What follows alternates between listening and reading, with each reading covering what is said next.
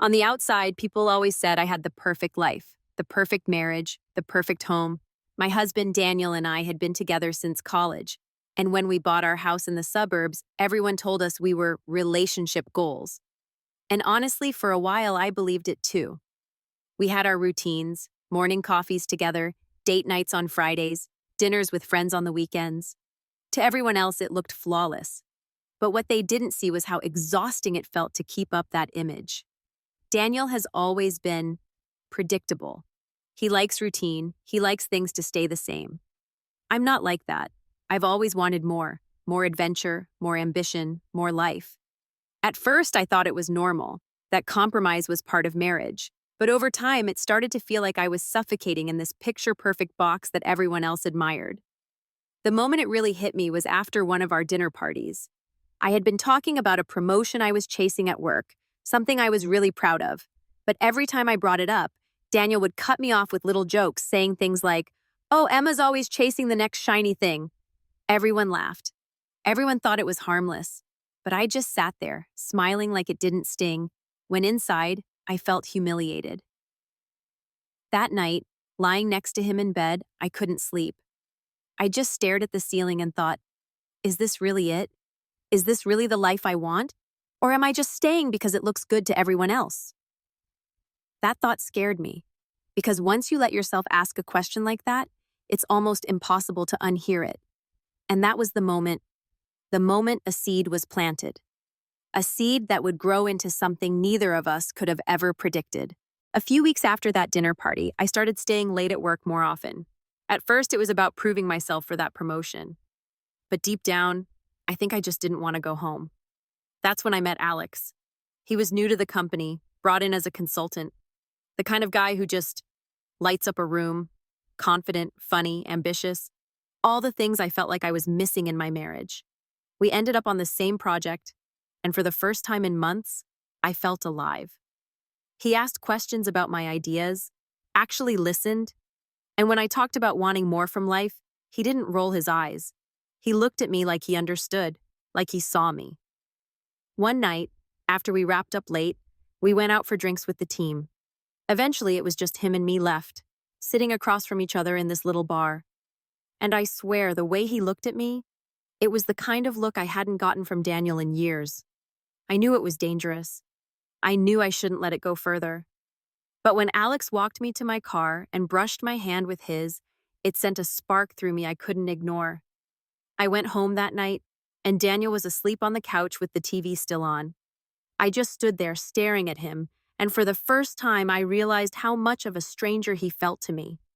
My husband, the man I'd built this whole perfect life with, felt like a stranger. And Alex, the man I'd only known for weeks, felt like home. That thought shook me. It should have scared me enough to pull back. But instead, it pulled me in even deeper. It happened faster than I thought it would. One Friday, Alex and I stayed late again. Everyone else had left hours ago, and the office was dead silent except for the hum of the vending machine down the hall. I kept telling myself I should go home, but I didn't move. I didn't want to. Alex walked over to my desk, leaned against it, and said, "You know, you deserve more than this, more than being taken for granted." And that was it. That one sentence shattered every wall I had left. Because it was true. Daniel didn't see me anymore. He didn't hear me. But Alex did. Before I could even think, I kissed him. It wasn't planned, it wasn't cautious. It was desperate, messy, and full of all the emotions I'd been swallowing for years. That night, we crossed the line. I told myself it was just a one-time thing, that I needed to get it out of my system. But when I woke up the next morning, lying next to Daniel, all I could think about was Alex. How wrong it felt. And yet how alive it made me feel. Days turned into weeks, and the affair became routine. Secret texts, excuses about late nights at work, lingering touches in the office. I was living a double life. Perfect wife at home, reckless lover in the shadows.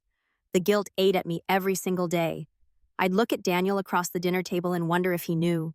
Sometimes I'd catch him studying me like he was trying to solve a puzzle, and my stomach would twist with panic. But then my phone would buzz with a message from Alex, and all the guilt would fade into temptation.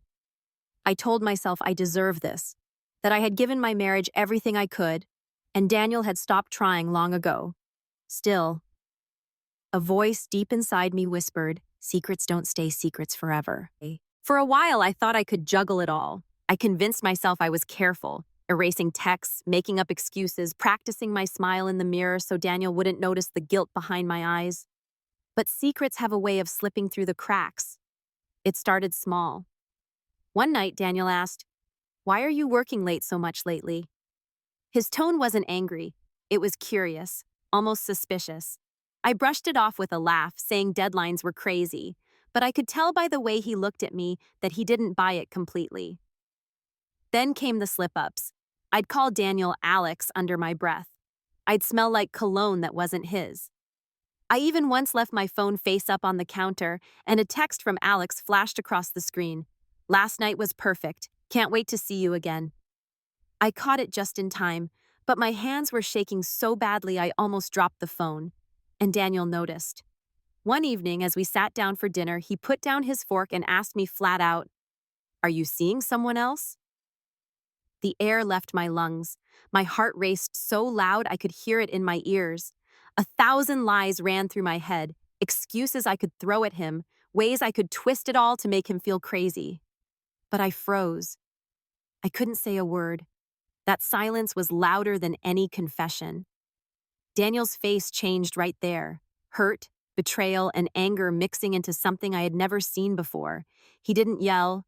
He didn't slam the table. He just said, "I knew it," and walked away. For the first time since this started, the fantasy shattered. My safe little double life crumbled in an instant, and I realized the storm was just beginning.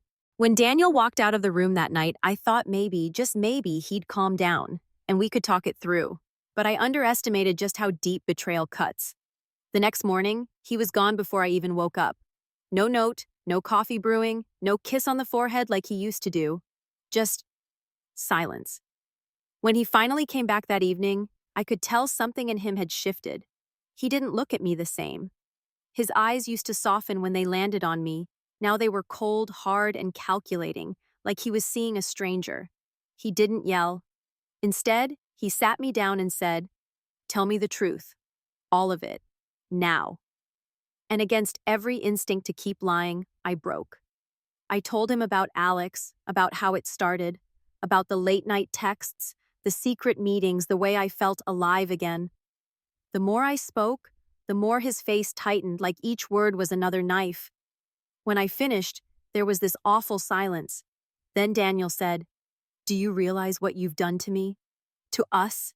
To everything we built?" His voice cracked, and that was somehow worse than if he had screamed. Then he gave me an ultimatum. "End it with him, tonight, or we're done." My stomach dropped, because in that moment I realized I didn't want to let Alex go. But I couldn't imagine losing Daniel either. I was trapped in a web of my own making, and whichever choice I made, someone was going to get destroyed, and maybe it was going to be me. I sat there on the couch long after Daniel went upstairs, my heart racing like I'd just run a marathon. His ultimatum echoed in my head. "End it with Alex tonight, or we're done." The thing is, I didn't know what done really meant. Did it mean divorce papers? Did it mean moving out, splitting everything we built, erasing years of memories like they were nothing? I wanted to call Alex right then. I wanted to hear his voice, feel that intoxicating rush he always gave me. But when I picked up the phone, my hand shook. Because I knew if I called him, that was the end of Daniel. So instead, I sat in silence. Later that night, Daniel came downstairs. He didn't look at me, just grabbed his jacket and said, "I'll be at Mark's place for a few days. Figure out what you want." And then he was gone. The house was too quiet. Every creak of the floorboards reminded me of him. The walls felt like they were closing in, suffocating me with guilt. I couldn't eat. I couldn't sleep. And that's when the texts from Alex started flooding in. "Are you okay? Did you tell him? When can I see you?" His words felt like oxygen and poison at the same time. I wanted him, but I also wanted the life I had with Daniel. I tried imagining a future with Alex, New city, fresh start, passion. But then I'd picture Daniel, broken and betrayed, and my chest would ache so badly I could barely breathe. I knew I couldn't keep both. I had to choose. And no matter what, someone was going to hate me for it. The question was, who did I love enough to destroy the other? The next morning, I woke up to silence. No coffee brewing in the kitchen, no footsteps on the stairs, just an empty house and the echo of Daniel's words. Figure out what you want. I stared at the wedding ring on my finger. It felt heavier than it ever had before, like it was anchoring me to a life I wasn't sure I could hold on to anymore. That's when my phone buzzed again. Another text from Alex. Meet me. Tonight, if you still want this. I sat there, frozen, phone in my hand, because I knew what that message meant. He was drawing his own line in the sand. If I didn't show up, he'd be gone. 2 men, 2 choices, 2 futures. The rest of the day was a blur. I wandered around the house, touching little things Daniel had left behind. A jacket on the chair, his mug by the sink, his cologne still lingering upstairs. Every detail screamed of stability, safety, love, even if it was fractured. But then I'd think of Alex. His touch, the fire in his eyes, the way he made me feel alive again. The thrill I hadn't felt in years. By sunset, I couldn't take it anymore. I grabbed my keys and got in the car. My hands trembled on the steering wheel because I didn't even know where I was going. Was I driving toward Daniel to beg for forgiveness? Or toward Alex to surrender completely? At a red light, I caught my reflection in the rearview mirror. My face looked haunted, torn in two. For the first time, I realized that no matter who I chose, a part of me would be lost forever. The light turned green. I pressed the gas. And in that moment, I knew I was about to change everything. I pulled into the parking lot, my heart hammering so loud I thought it might shake the steering wheel. The glow of neon lights reflected off the windshield, and for a split second, I almost turned the car around. But then, I saw him. Alex.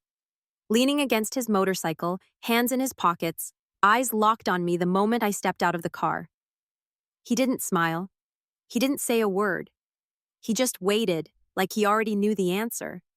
My stomach twisted. Because the truth was, I didn't know. Glad you came, he said finally, his voice low, almost trembling. So, is this it? Are you ready to stop pretending? The word pretending cut through me like a knife. Was that what my marriage had become? Pretending? I opened my mouth, but no words came out. Images flashed in my head.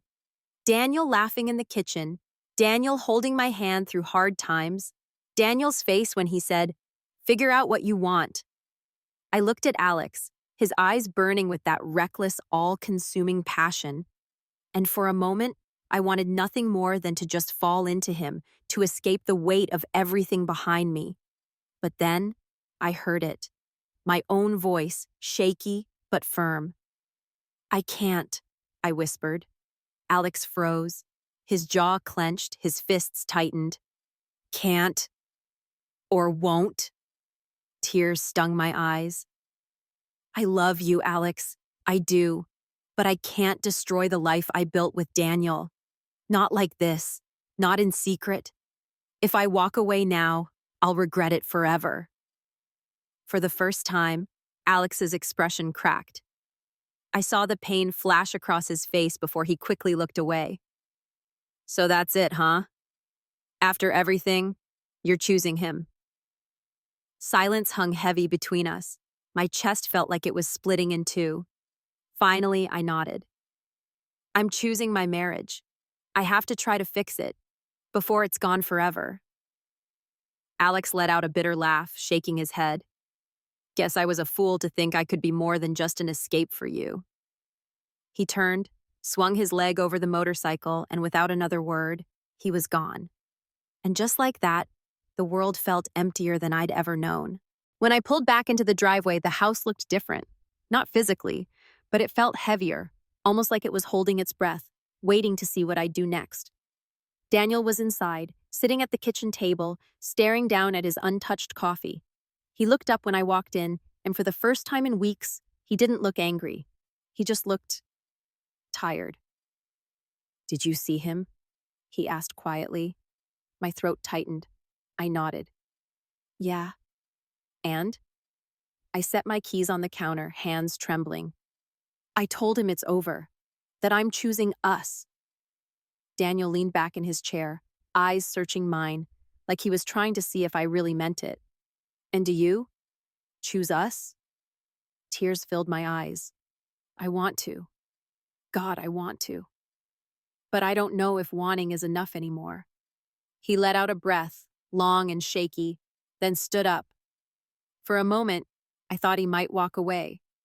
But instead, he wrapped his arms around me, not tightly, not passionately, but carefully, like he was afraid I might break apart in his hands. I don't know if we can fix this, he whispered, but if you're willing to try, so am I. I buried my face against his chest, and for the first time in a long time, I let myself cry. Not just from guilt or fear, but from relief. Because maybe, just maybe, there was still something left to fight for. The road ahead wasn't clear. I knew rebuilding would be messy, painful, and maybe impossible. But as Daniel held me, I realized something important. I wasn't ready to give up, not yet, and that was enough for now.